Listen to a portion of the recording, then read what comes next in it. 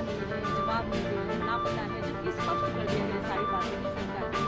आप क्या कहेंगे? देखिए, सबसे पहले तो लापता, भाग गए, भगोड़े हैं, इस प्रकार की भाषा भारत की सार्वजनिक जीवन में और संसदीय जीवन में अभी अभी सुनाई पड़ती है। जब से संसद सत्र शुरू हुआ तब से लगातार मैं संसद में आता हूँ, मेरी चैम्बर में बैठा हूँ।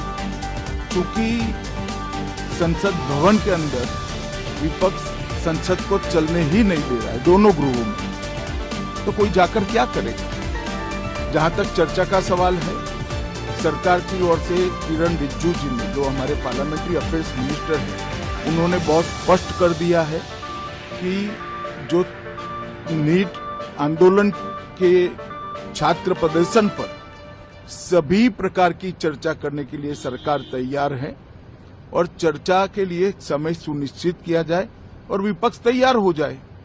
पहले तो ये यही मांग कर रहे थे, हमने हाँ बोल दिया। मेरी ओर से भी मैंने कह दिया है कि मैं किसी भी सवाल का जवाब देने के लिए संसद में तैयार हूं, मगर वो चर्चा ही नहीं होने देना चाहते। अब जनता तय करे कौन भाग रहा है। आज भी मैं कहता हूं, आज 3 बजे तक स्पीकर साहब को वो पत्र दे दे। 3 बजे से लेकर कल 3 बजे तक सभी प्रकार की चर्चा के लिए हम तैयार हैं। मैं सदन में ही बैठूंगा, सबको सुनूंगा और सब चीजों का जवाब दूंगा। सरकार के पास छुपाने के लिए कुछ नहीं। वो भी चर्चा करूंगा कि आपने क्यों चर्चा नहीं चाही।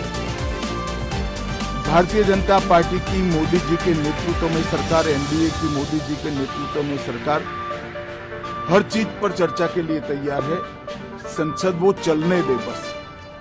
आज मैं चैनलों के माध्यम से इन विपक्ष को कहना चाहता हूं कि आप एक पत्र 2 बजे तक लिखकर दे दीजिए स्पीकर साहब को। 3 बजे से चर्चा चालू कर देंगे और कल 3 बजे मैं जवाब दे दूंगा सारी चीजों का। संसद में चर्चा करने के नियम बने हैं, तरीके बने हैं।